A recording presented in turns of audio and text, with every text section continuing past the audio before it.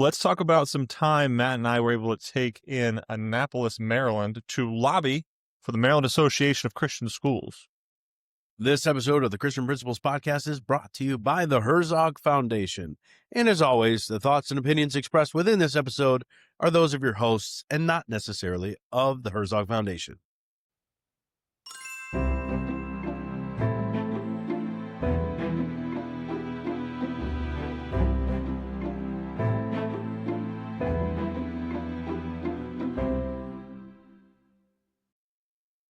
Welcome to the Christian Principles Podcast. I'm Matt George.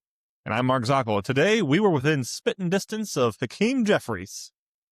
I use that as the idiom, not to say we were actually going to spit on the man. That's not what we were saying. Handshaking distance, maybe. No, we weren't even close. No. Okay. I've seen you at the fair, though. You can get one out there. You can loogie it up, okay? But no, we were caught up in the security wave of the Democratic leader Hakeem Jeffries in the Maryland State House today. Well, I guess it wasn't the State House technically; it was the House of Delegates building, which I don't remember the actual name. Is the James office building, the Low office building, one or the other? But we were caught up in his security team wave. There were many person there securing his arrival. I mean, I was a little disappointed that they weren't waiting for us because it's kind of. They're walking in, everybody's looking at, is it you? Is it you? I was like, yes, it's me. I don't know who you want it to be. I don't know why you're so excited, but I've enjoyed it. Okay, let's talk. Let's roll the cameras. No, they did not want to talk to me at all. Wow. They were not after me. We were nothing. But I did see his profile as he was walking into the one of the committee rooms from which I think it was the Public Works Committee room, because he then had some kind of live press conference from there. So that was interesting, very interesting. But today, Matt, we left early. We have not had one of these podcasts recently. It's been a while. Though they were multitudinous in the fall, where we were reacting to something. We kind of got the feeling that our listening audience was not interested in what we do. Not as quite as enthused. They're interested in what we say, not what we do. So we're bringing this up again, perhaps more of an archiving, but also for those of you, our constituents in Maryland and elsewhere who have followed the federal tax credit scholarship, which is, again, for those of you who haven't listened to the Phil Paleo episode or some of our summertime episodes or some of our early fall episodes, the one big beautiful bill, the federal budget bill, which was passed in the summer of 2025, allows for a tax credit to, everyday Joe Schmoes like Matt George himself. Just an everyday Joe Schmo. That's me. Everyday Joe Schmo to assign $1,700 of their federal tax bill to a scholarship granting organization of their choice, which would be involved in this program. And to be involved, the SGO must be in a state. First of all, it must be recognized by the state, be on a list from the state, which that list then would be provided to the IRS by the governor's office, as the governor's office and the governor himself have opted the state into the program. And that's the key. The governor of the state has to opt into the program, into the tax the tax credit scholarship. So that's what brought Matt and I to Annapolis today. Yeah. So the Maryland Association of Christian Schools, which has saw fit to bring Matt on as a board member and myself on as a part-time staffer. They said, "Hey, we want some lobbying efforts provided in Annapolis." For those of you non-geography students, that is the capital of Maryland. We want some lobbying done in Annapolis on behalf of our organization, specifically targeted at House Bill 0930. House Bill 0930, which states that Maryland's governor is prohibited from participating in the federal tax scholarship program. And then there's a lot of other things attached to that bill as well, including Trump accounts and 529 accounts. It it provides for the decoupling of what should be a tax credit from the individual for taking advantage of that tax credit to give to a scholarship granting organization, which then would be able to turn that money over to the schools, which the SGO is listed to benefit and to grant scholarships to. So there's the explanation again. Make sure your state's on top of that. And if you're here in Maryland or close to us, or in a state where the governor has not opted in yet, this is for you. But first of all, Matt, if we were talking to administrators who have never gone to their state's capital, what would you want to say to those administrators? I mean, for those of you that live in the states where you have to drive for 2 days to get to your state capital, I understand why you haven't gone yet. For those that you look out your back door and you can see the cathedral or the dome of your state capital, shame on you. Get out there. Get going. But really, it is one thing we typically do consider going to federal advocacy. We want the federal government representation, and we want to communicate with them. But state has a lot of power and a lot of control. And must say, one of the things I am thankful about the Trump administration is the at least verbalized desire to return power to the states in many areas, including education. So with that being said, if we're not advocating for ourselves in our state governments, then don't complain or whine whenever bad legislation gets passed. Absolutely.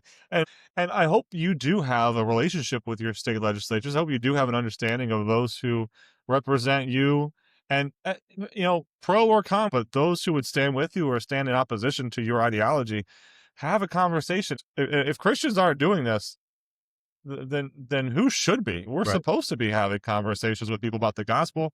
People should know where we stand in a biblical mindset. We should be very upfront, aware, and willing to engage. So if you haven't taken the time to go to your state capital, and specifically to go in a lobbying effort, or maybe not, maybe you don't want to go ask for something, maybe you don't want your hands out, maybe what you want to do is just say thank you. Yeah.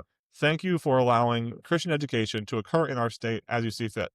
As we heard on the elevator today with the Alzheimer's Association's, as we heard on the elevator today with the young lady draped in purple, advocating for the Alzheimer's Association, kids get you into spaces. Bring the kids. Bring the kiddos. And we remember this from our time in Max Advocacy Day, which was a couple weeks ago. When you bring students with you, you will get into places. You will get FaceTime with senators and delegates you otherwise do not get FaceTime with. And that's a big deal. And so it was wonderful today to be able to go and to remind certain of the delegates and senators who we met with and say, hey, remember a couple of weeks ago when we came and said, we're not here with our hands out. We're here to say thank you. We're here to let you know we exist, to show you what some of our students look like, and that we are real people and we are tax-paying citizens here in the state. And thank you for allowing us to operate as we do. And maybe the letter that was included in the handout packet included something about Governor Moore opting in. But really, that was about as much as the push as most of the constituency was able to get into conversation with. And there was more of a conversation between the delegates and the senators about just interacting with the students. And that was lovely. And today we were able to walk back in and say, hey, remember us from a couple of weeks ago? Or we were already, I was able to remember some by name, or to say, hey, remember I was with so-and-so from my school. Wonderful ways of getting a foot in the door. And again, we don't do it for the slimy political reasons, but it was what it was. We were able to have more conversations today that were more well greased because of what it was that we had saw before. And again, if you go back to some of our other episodes on this more specifically, you'll hear some of this as well. But when you go, these senators and delegates, they want to be with you face to face. They honor blue or red or green or whatever's in between. Like, they honor you showing up. Mm-hmm. Not everybody shows up. And there are days when they have, we heard today, maybe 3, 4, 5 different people sitting down with them, but they try to honor, at least with their staffers, If not, they can't make it over. They do try to honor the people who show up face to face, and that means a lot. We hear emails and mailers mean a lot. Phone calls mean a lot. Face to face means more. Yeah, which, by the way, if you believe that a visit to the Capitol is only successful if you get a face-to-face with the delegate themselves or senators themselves, don't overlook the staffers. The staffers are extremely influential. They are often reminding the delegates of things the delegates don't even. What am I supposed to vote on? What am I literally saying? What am I? What is my stance on this? A relationship with those staffers is almost more important than with the delegates themselves. Absolutely. I think of my big frat Greek wedding. That bastion of philosophy and great know-how and knowledge and wisdom. As the mother says, the man is the head, but the woman, she is the neck. She turns the head whichever way she wants. Yep. Well, in so many ways, the staffer is much like the neck in that scenario. Yep. Yeah, the staffer is able to do a lot, and so it's meaningful to meet with staffers. Speaking of that, so we had emailed out and set up meetings with Senator Mary Beth Carrozza, Senator Johnny Motz, Delegate Kevin Anderson, Delegate Christopher Adams, and Delegate Wayne Hartman. And then after that, so we had those 5 meetings that were on the books. We're going to sit down. We're going to have conversations. And then after that, we had another 5 delegates specifically that we were hoping to speak with. Now, different people tell you different things. Like, are you making sure you're talking to all the people in that subcommittee? Are you making sure you're going and talking to friends? Because you got to start with friends, because no one's going to listen to you. Might as well people who, at least have the people who hear from you who are going to listen to you, kind of thing. That we definitely went with.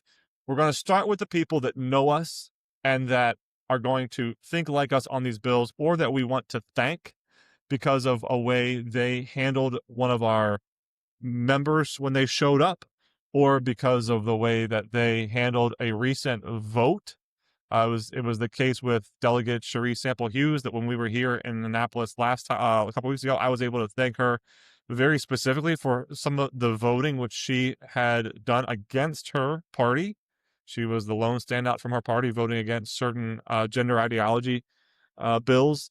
And then this time as well, right now in Maryland, and by the time this is posted, probably over to some extent, it'll be, not as hot button as it is right now, but Maryland is trying to redistrict, which is a synonym for gerrymander. Not that we aren't already, but like even more so now, as under the eyes of so many, it's even just as opposed to 8-1, we need to be 9-0. So we went to her office several times throughout the morning, though she was very busy. We were finally able to sit down and speak with her intern, which again, lower on the totem pole as far as who's going to have the most influence, but one who has the experience now sitting down, having sat down with us last time, and will be sitting down with many constituents moving forward. In her office, unlike other offices, it seems the chief of staff was much less likely to sit down and hear from constituents, much more likely to be fielding phone calls and moving schedules and things like that. So we got the intern, but that was fine because we had met him before and he had already been useful to us, and getting to meet her and to shake her hand the last time we were up here. So we had the conversation with him, able to say thank you again to her, someone that ideologically we're not with 100% of the time, but in these times when we are able to be, it's a big deal to say, hey, we want to thank you for standing with your conscience and voting with your conscience as opposed to just voting for the party. And that, that's not something that happens all the time. So we're excited about that. So Matt and I were able to, we got there. I had us leave a little bit too early. I'm really sorry about that. Which, I mean, better early than late. Definitely. For sure. Especially with these, but whenever you're beating the delegates and senators to their offices, it is a little too early. A little bit too early. So we got there a little bit too early, but that's okay. We made it. It was a comfortable start to the morning, and we gave ourselves a softball to begin with. Senator Mary Beth Carrozza is a staunch advocate and I want to say friend. I don't know if she considered me a friend, but we definitely one that face to face. I believe at this point she would at least say, "You've come to see me in Annapolis," because I've seen her so many times either at a school function or here in Annapolis. So we're thankful that she was willing to, be an opening salvo for us, but we didn't see her. We saw her very capable legislative aide, legislative staffer, Molly. And I won't walk through every one of our meetings, but Matt, for the meetings we had, well, our two big asks, the first one being convince with all you can Governor Moore to opt into this scholarship granting organization, federal tax credit. And then please help us kill House Bill 0930. Yeah. How did you think that went overall for the day? Every person that we talked to, if they were unfamiliar with the bill, generally had the same reaction, whereas they're looking at it, they get the squinty eyebrows and the, what is this? Why are we doing this? What? And so I would say it was a favorable day in the sense that no one that we spoke to saw the bill as reasonable or justifiable, or even what I would say a potential to even be brought up to the House for a vote and to even come close to passing. There are several things with that bill that would have issues, but I was going to say one of the nice things with advocacy, whenever that's the situation and it's not a bill that is extremely harmful and extremely likely to pass, not only in the House, but in the Senate. It was nice for us to again say, we're not here asking with our hands out for you to do something for us, but we want to bring your attention to legislation that has no business coming up in our legislation. And it is harmful, and it is, and one of our delegates mentioned it as being offensive. Using their word rather than ours. Yeah, literally said it's offensive to see things like this come through because it's just ego. It's just somebody's ego out there saying we're going to push through this bill that prohibits Governor Moore from signing, and goes further. Yeah, and is really an ill-advised, ill-constructed bill anyway. It's an ill-constructed bill, and we were even. It was kind of nice that some of the staffers and some of the delegates even kind of walked through some of the things about the bill itself that would make it difficult to pass, or does it not likely to pass. But and speaking to those really quick, Molly mentioned first of all that bills need to be one subject in Maryland. So you're not supposed to file a bill that has, I guess if it's a federal piece of legislation, what we call it, a pork barrel. It's where I'm going to pass this, but I'm going to piggyback on this bill a bunch of amendments to it that gets smaller items passed. It seems as though when bills are filed, at least to open up, they need to clearly be in one subset. They should not be, one piece of the where a bill would go. They need to have a very specific focus point, one subject. And it seems that this bill could even be considered to break that rule, which that was interesting to hear her comment on. And then, as you noted, Delegate Adams walked us through the not having a cross bill. Yeah, it's not a cross. It's only in the House. It doesn't have it's not going through the House and Senate at the same time. It'll have to go all the way through the House, through committee, and then onto the floor for a vote. And if it passes, then it has to start all over again in the Senate. And those bills generally aren't as successful because by the time it gets through the Senate, it could be changed. Then it has to go back to the House, and it's a long process. Or it may not even come up in the Senate if the Senate doesn't find it worthy to be brought up. Yeah, it is. We were happy to hear some of those things, and no one wants to be taken as green when they're going to make these sorts of pleas or to present themselves as advocates. You want to be seen as, I know what I'm doing. I've done this before. I know what I'm talking about. So a fine line there of being willing to be heard, but again, in encouraging you, if you've never done this, go do it. They are happy to hear from you, whatever your experience with, and really wherever you stand. Like those who are willing to entertain you, especially the staffers. Maybe there'll be some more pushback from one of the legislators, him or herself, but the staffers are going to be kind to you in meeting with them. You are their especially if you are literally their constituent from their realm. They can't not. It's very hard for them to not be so. This episode is brought to you by our partners at the Herzog Foundation, whose mission aligns beautifully with ours to advance and support Christ-centered education. The Herzog Foundation exists to catalyze excellence in Christian schools, helping more children experience academic rigor, biblical truth, and strong moral character, all in a safe and nurturing environment. Whether through teacher training, principal development, or strategic media efforts, the Herzog Foundation is committed to helping you, the Christian school leader, fulfill your calling with excellence. Their vision is bold but clear, a national renaissance in Christian education that impacts culture for generations. At the Christian Principles Podcast, we're proud to stand with the Herzog Foundation in that mission. Learn more at herzogfoundation.com. Together, we're building schools and futures on the rock of Christ. And as always, tell them that the fellas here at the Christian Principles Podcast sent you their way.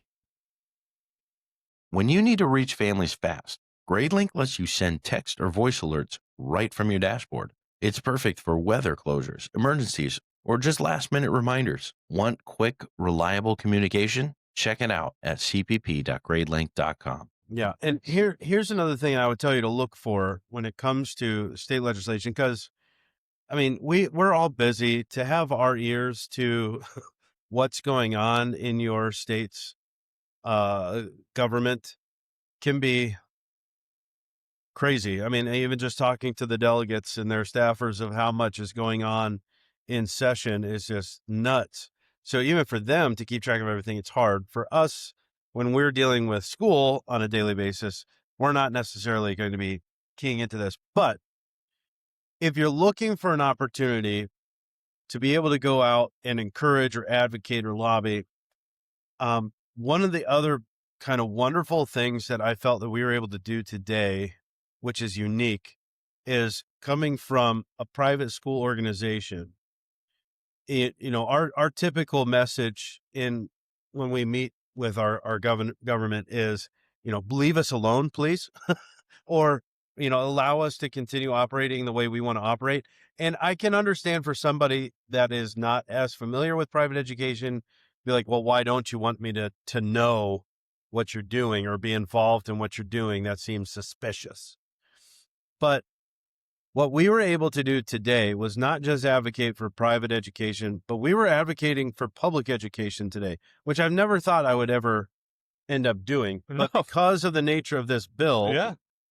we're essentially reminding these individuals, which I would hope that most of them are aware of this federal tax credit anyway. So I don't want to insult their intelligence that they don't know what's going on, but they're busy. They're focused on state matters. This money in 2027, as we've already done, we've done an episode on this, so I don't need to go through it, but to remind our government that in next tax season, all Maryland taxpayers are going to have the opportunity to send $1,700 of federal tax money somewhere. Why in the world would we not want it to come back to our own state and benefit our own state, whether it be public, private, or even homeschooling? Because that's what, as of right now, this would be, these monies could be used for. Now, granted, you'd say, well, why would public education want to use this? They don't need it for tuition, obviously, but in the language, it is to benefit any aspect of education. So building up their programs, rather than applying for a grant, they can get it through a scholarship granting organization. So all that to say, this is an opportunity for Maryland to get bigger bang for their buck. Taxpayers are going to be paying this money. Why give them the opportunity to send it to another state when it could be coming back? And a lot of the delegates were like, yeah, that makes total sense. Why in the world would we not want that? I also was reminded about the way these delegates sign on to bills. The bill we went actively opposed today had a large, I don't know, it was Baltimore City or Baltimore County, but there were a lot of Baltimoreans who had signed on as co-sponsors. And Delegate Hartman reminded us that, in that situation, he called it a blue check bonanza, where if if you are sitting down with peers, there might be a great many different number of bills that you have an opportunity to sign on, and then your little blue check means that you are officially a co-sponsor. And actually, the number of bills you co-sponsor, that means something. That means it could be seen as your name is pretty easily attached to anything, and so that's useful to a party. Or your name is barely attached to anything, and that's pretty useful because that means you're putting your full weight and confidence behind whatever it happens to be. So both have meaning, both have value, and there's that was an interesting thing for us to remember as well today. We also are reminded that we can't just walk into any door we want to.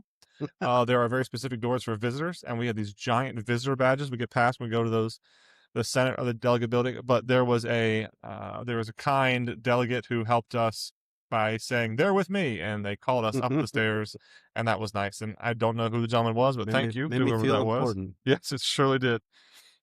Just a few more notes, just some fun things that we were able to do today. We spent, without any exaggeration, 10 to 15 minutes trying to look for the 100 level delegate offices, and for whatever Anne reason, Arundel offices. Yes, the Anne Arundel office. We could not. It was very hard to find them. Very hard to find the 100s. And that had a lot to do with Jeffries, though. Unfortunately, yeah, it did, because they were shutting. Yeah, when we found it, the door was shut and blocked by people because of Hakeem Jeffries trying to get in. So, or being where he was going to be passing by that door had to be shut. But when we walked into that door, we were standing in the hallway, and then a gentleman came out in a pink coat and started. He chatted us up. Like, he actually, it was like he was antsy with energy, and somebody wanted to talk to somebody else besides the ones he was talking to. So he pulled us into his office, and lo and behold, it was a Delegate Schmidt, and he was from Fruitland. Yeah, he lived in Fruitland. Lived in Fruitland for a while. Lived in Salisbury, so from where Matt is currently, and he named the street he lived on. And then he had moved elsewhere, and now he represents that other space. But he was a Democrat, and so he was not on our list necessarily to have a conversation with. But Matt happened to have a letter that, when our state association assigns out who should be going to, or who they would like to go to what offices, Matt had in his folder a letter for Delegate Schmidt. So we were able to pull that out along with a piece of information. By the way, do not go to those offices with books and books of information. Go with a half sheet to a full sheet. We were pushing it with 2 sheets, and make your statement clear for the individual who would be reading it, so they don't have to work through too much to understand what your ask is, if you do happen to have an ask. But he was wonderful to give us the time he gave us. And not that we're looking to see people made fun of, but he definitely wasn't all that fired up about Hakeem Jeffries being there.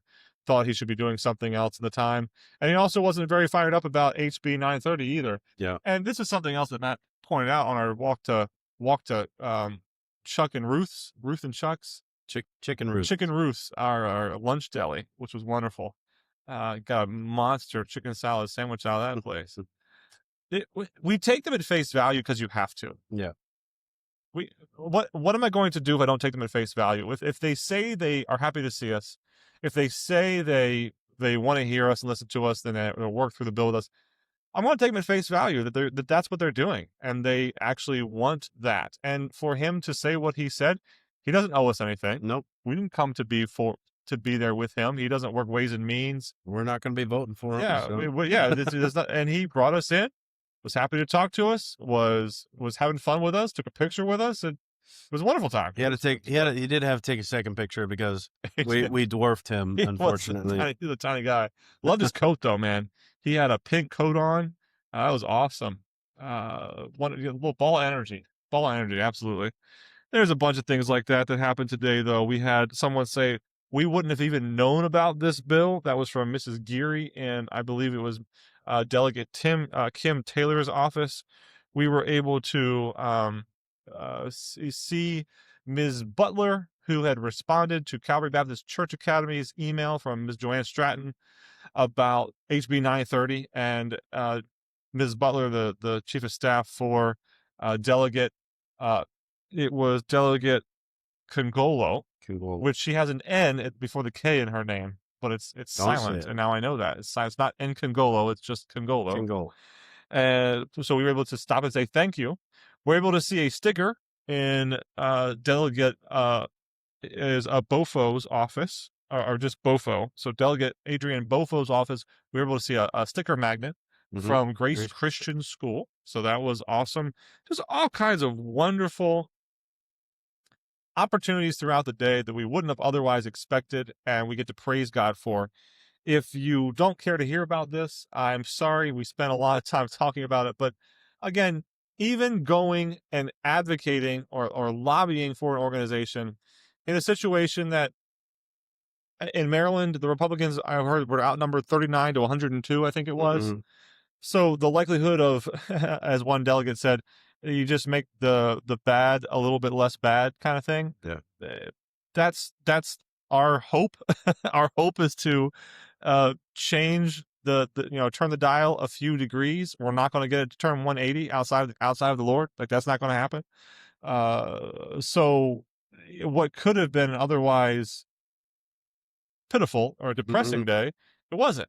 It wasn't at all. And God definitely blessed, and we're thankful for that. I talked a lot. As I said, if you can't, if getting to your capital is just out of the question, is way too difficult. I mean, you do know that your representatives, your delegates, have local offices. So I would encourage our listeners, if you haven't advocated in a while, find something to advocate for, or just make an appointment at your local offices for your representatives or senators from your state government, and just get over there and thank them and give them a gift, give them something. Again, not to say, reaching out for anything unless there is something you need to reach out for, but develop those relationships. It's a rewarding time to be involved. Yeah. Keep that gift below like $20, by the way. It needs to be small. They have to be careful of what they accept. Your school magnet, you got a mug with your school name on it. They love that kind of stuff to show, or something from the community to show off who they're representing. They want to show off local gear, seals, stamps. Again, schools, names of the community. That's what they want to show. All right. Well, Matt, who is our Christian school administrator we're spotlighting today? This episode, we are spotlighting Nicole Derich, or Derich, from Ridge Academy in Coraopolis, Pennsylvania. Coraopolis. Yeah, Coraopolis. Never heard of Coraopolis in my life. It seems like a place that would come out of Shakespeare. It's one of those. Coraopolis. But yes, Nicole is the head of school of Ridge Academy. All right, Nicole, I'm going to pray for you now. Father in heaven, I thank you for Nicole. Lord, she has so many interesting opportunities, so many difficult obstacles, so many blessings facing her today. Give her clarity to know what to prioritize, how to prioritize, what to offer her constituents, what to do to point others to you. And if it be your will, and there be an opportunity for her to advocate for her school and for Christian education more generally in Pennsylvania, I ask that you enable her to do so. Lord, we love you, and I thank you for her. Amen. All right, this is a long one, so I'll just go ahead and say goodbye now. So thanks for going with us today.